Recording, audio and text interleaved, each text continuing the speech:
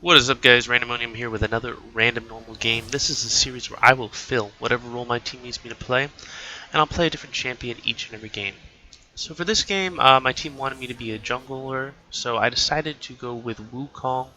Wukong has always been a champion that has interested me, but it has not always been a champion that I've been very good with. When I first started playing Wukong, I just was awful with him. Just game after game, I would just had horrible scores. I just did not understand when to engage with him, when to retreat. Didn't understand when to build what items with him. It was just absolutely awful. So after I played him a couple games, I kind of set him aside because I could never play him well, and I probably didn't play him for at least 6 months. And then recently I've come back to him, and I've had a couple games where I played really well with him. And I think a lot of that has to do with my game knowledge really improving and me understanding the strengths and weaknesses of different champions and the strengths and weaknesses of different build paths and things like that. So if you find yourself really struggling with a champion that you enjoy, whose kit seems really kind of interesting to you, just set him down for a little bit, and then come back to him later. You don't have to try and bang your head against the wall and try and master a champion overnight. Sometimes it's going to take you 6 months or a year before you really understand the strengths and weaknesses of a given champion. But you see right here, I'm dropping this ward over this wall because Wukong has a very weak first jungle clear. You can see I'm constantly having to kite to try and avoid taking as much damage as possible. And even though Nidalee doesn't have a very strong jungle invade, I would say level 2, she definitely could invade a Wukong. So I definitely want to place this ward here to spot any potential invades from Nidalee. As far as our team is concerned, we've got a Ryze in top lane. I'll be Wukong in the jungle. We've got an Ahri mid lane, and then a Ezreal Trundle bot lane. And we're going up against a Riven in top lane, Nidalee in the jungle, Yasuo mid lane, and a Caitlyn Zyra bot lane. A lot of things that I see like new Wukong players do, and actually I did this as well, is that if you're in the jungle and you use your decoy, you don't have to stop attacking. You can immediately continue attacking, and the jungle camps will continue to attack your decoy. So when you use your decoy, immediately start attacking again. There's no reason not to just keep attacking, because the jungle camps will always attack your decoy while it's active. So as far as the lane matchups are concerned, the Ryze versus Riven matchup, so from a statistics point of view, Riven's got the advantage. She has about like a 53% win rate against a Ryze for the game. As far as a laning matchup is concerned, I feel like Ryze has got the advantage, because anytime the Riven tries to all-in him, he can just lock down the Riven with his W. So when I've played this matchup in the past, the Ryze always seems like he has had an advantage in the early game. But statistically speaking, Riven does have an advantage. So I would assume that Ryze would win the lane phase, but Riven might be a little bit better, possibly in the later game. With the Ahri versus the Yasuo, that's really dependent upon the Yasuo's wind wall, and also the Ahri being able to land her charm. So Yasuo can block Ahri's charm and her Q with his wind wall. So it's really based off of whether or not Ahri can bait out that wind wall and then land her charm afterwards. Determine who's going to win. So yeah, I would give Yasuo the slight advantage, just because it's pretty easy to use wind wall. It's a lot harder to bait out a wind wall and then land your charm. So I think that the Yasuo will have an easier time with that lane than Ahri will. And then, as far as bot lane is concerned, Caitlyn Zyra just sounds like a very intuitive matchup, right? I mean, you've got Caitlyn, who's got superior range, she's got her traps, good escape potential, and she just, a really strong lane build. Zyra, on top of that, she's got her plants, she's got really great control. She's a really good control mage. She's got her ability to root. So you've got an ADC who's great at controlling the battlefield, and you've got a support who's really great at controlling the battlefield. So that sounds like a very intuitive lane. Ezreal Trundle, not an intuitive lane, right? If you got a Trundle, you would think that you would want like a shorter range but higher burst AD carry, like maybe a Callista or a Graves or something like that. When I think Trundle for a support, I do not think Ezreal. So I come in here to try and get a gank off of an Yasuo. You can see Yasuo pops his wind wall immediately and blocks the Ahri charm. So that was a good play by Yasuo. What Ahri needed to do was wait for that wind wall to come out, sidestep it, and then land her charm, and we possibly could have gotten a kill. But that was Yasuo played it correctly. Ahri did not, unfortunately. But yeah, bot lane concerned, yeah, Ezreal Trundle does not seem like a very intuitive lane. Doesn't mean it won't work, just means I think that it's not going to be as good as Caitlyn and Zyra. So I'd give Caitlyn and Zyra the advantage for bot lane. As far as where I would think the junglers should be devoting a lot of their resources, I probably am going to try and, devote resources to the Ryze when I can, because the Ryze just scales really well into the late game.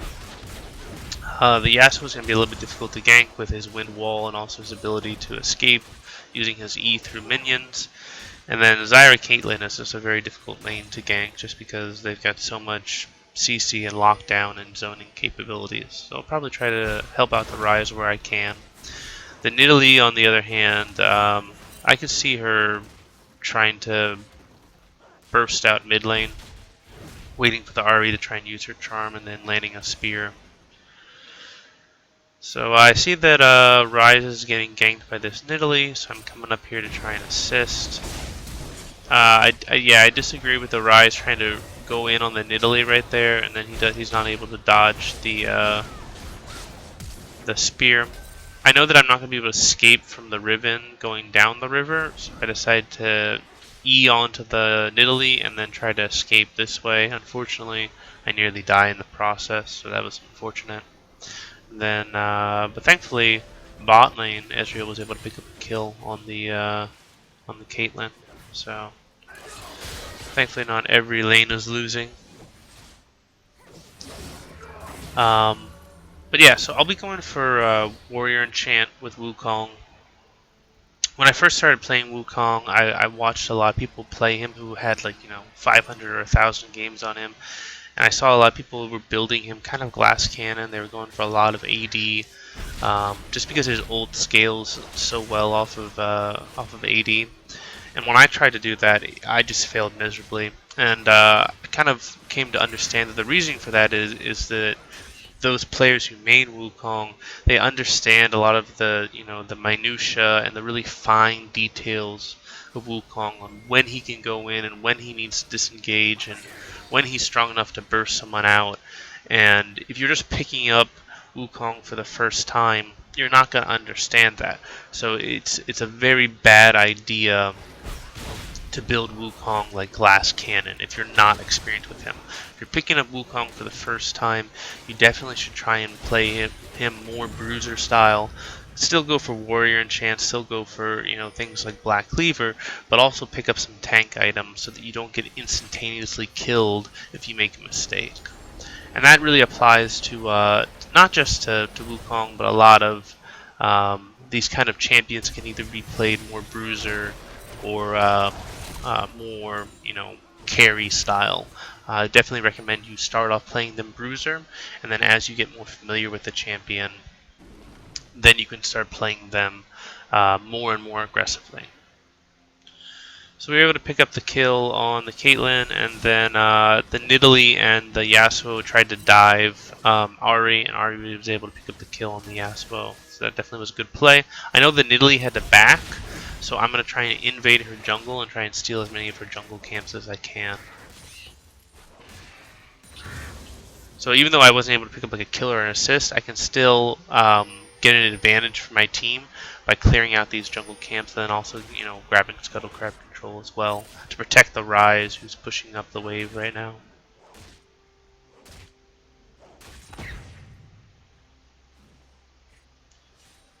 So I have a feeling that the Nidalee is going to start coming up top lane, so I kind of have to come up top lane as well.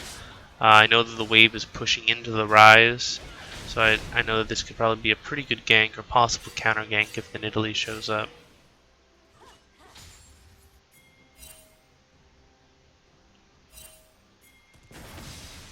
So as soon as the Riven comes up here, we land the my ultimate and also Rise's W. Rise kind of doesn't move forward between attacks. He kind of just stays still the entire time, which makes it so that he's, gets way far behind me, and I wind up actually almost dying. He's able to get the kill on the Nidalee. I wish that the Rise had been moving between each of his abilities so that he could have stayed in range and possibly gotten a double kill on the Riven. But overall, I mean, not bad. We wound up getting 1 kill for 0, so that's always a favorable trade. It just wasn't as executed as well as it could have been. So Trundle's mid lane, so I'm going to go bot lane to try and assist the Ezreal, possibly relieve a little bit of pressure on him in bot lane. And if they try to dive the Ezreal bot lane, I'll be here to assist. Also, I see that the Trundle is moving down, so now we can possibly be in a 3v2. So I'm just kind of hanging out. I know that this that brush is safe because it's pink warded, and yep, that's a good pillar from the Trundle. Allows us to pick up a pretty easy kill, pretty easy double kill. Oh, and then yep, Zyra ends up getting the kill on Ezreal. A lot of people forget that Zyra's got that passive, right? After you kill a Zyra, she gets to fire 1 skill shot. It's a true damage skill shot, and if she hits, she can do a lot of damage with it. So if you're low health, stay away from Zyra after she dies, otherwise she'll kill you. So that was definitely a good good gank. Wind up picking up double kill. I see the Nidalee's right around here, so I'm gonna try and just bait her. I'm just waiting for her to show up. I'm not going to try and do anything too stupid with the engage, because Ahri's in base and the Yasuo could rotate to me a lot sooner.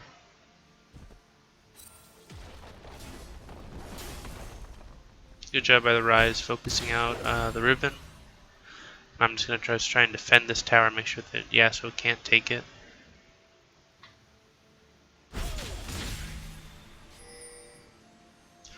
So you see there, like, I could have gone in on the Nidalee, but I chose not to because it was a very risky maneuver.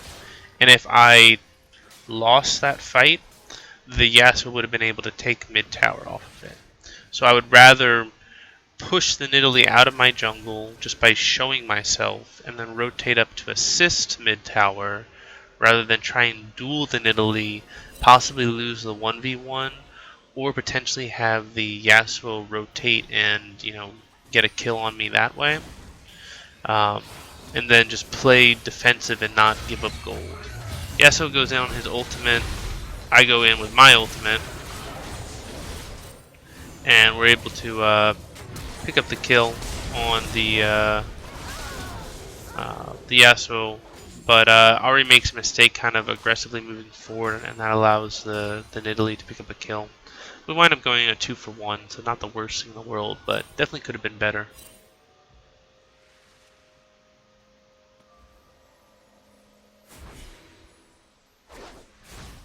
So that little trick right there, what I was trying to do was, I wasn't sure if I was in vision of those minions, so I didn't want the minions to see which way I was going. So I wind up using my decoy to kind of hide whether I was going to go towards bot lane or top lane. You can do that with some other junglers like Evelynn and things like that. You can show like you're going one direction, and then once you go stealth, then you go back the other direction.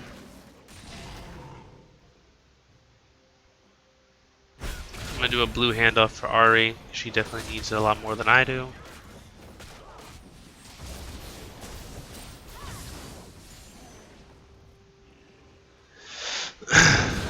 And I'm going to focus on just farming of the jungle. Just because I don't want to fall too far behind. I'm getting close to some of my item power spikes. I really don't have enough mana to actually, you know, do a proper gank.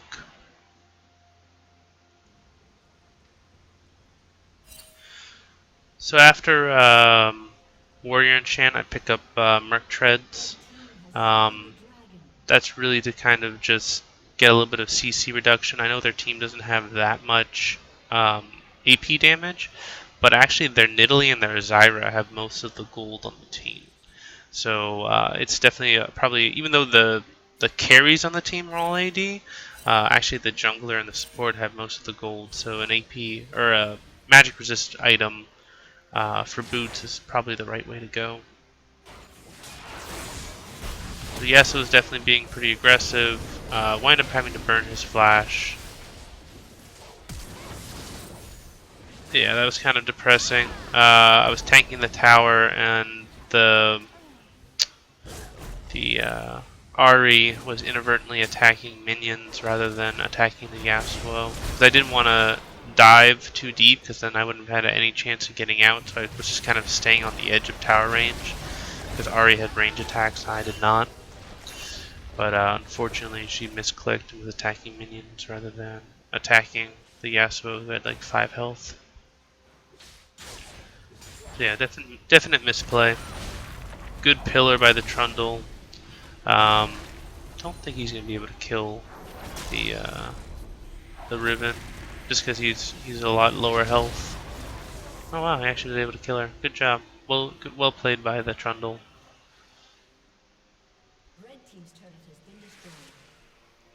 And that actually also allows Ryze to pick up top tower. So that was definitely a good play on our part.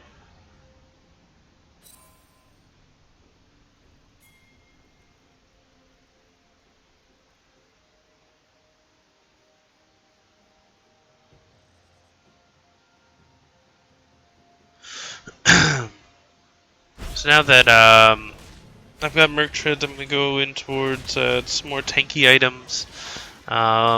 Just to kind of deal with the Yasuo and the Riven. I think my next item is going to be a Dead Man's Plate. Just so I can have some increased mobility, so I can get better flanks and, you know, make it a lot easier for me to land my ultimate. So I'm waiting for them to dive, and now I'm going to go in. That allows us to pick up the kill in the Nidalee. They do take our tower, but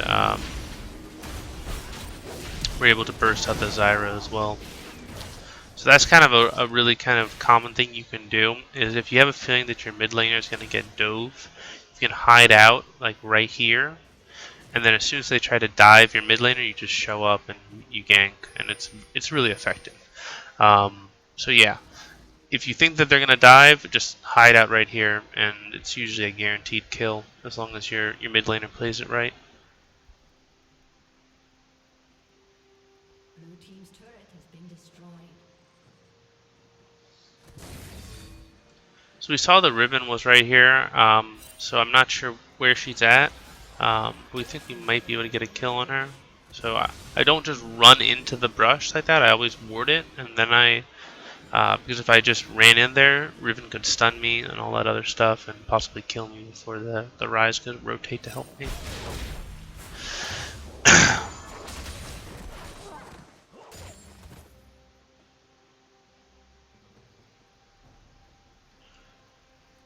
So I'm starting to fall a little bit behind in levels. I'm at level 10 while Ahri's level 11, Ryze is level 12. So I'm trying to get a couple more jungle camps so I can catch back up in levels, not fall too far behind.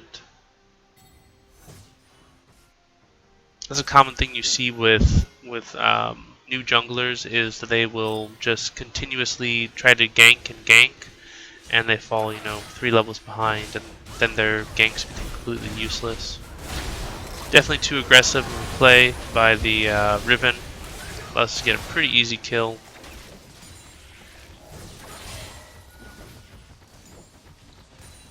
And now that we're in this situation, we're kind of at a pretty good advantage because the Ryze can just continue to split push, and he's got his teleport available if they try to really engage on us.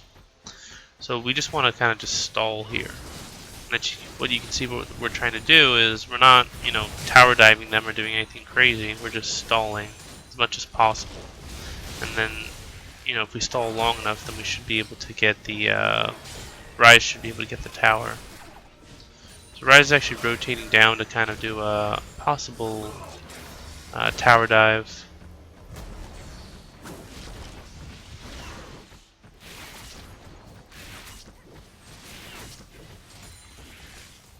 Trundle is being a troll, of course, but at least he's doing decent in the game.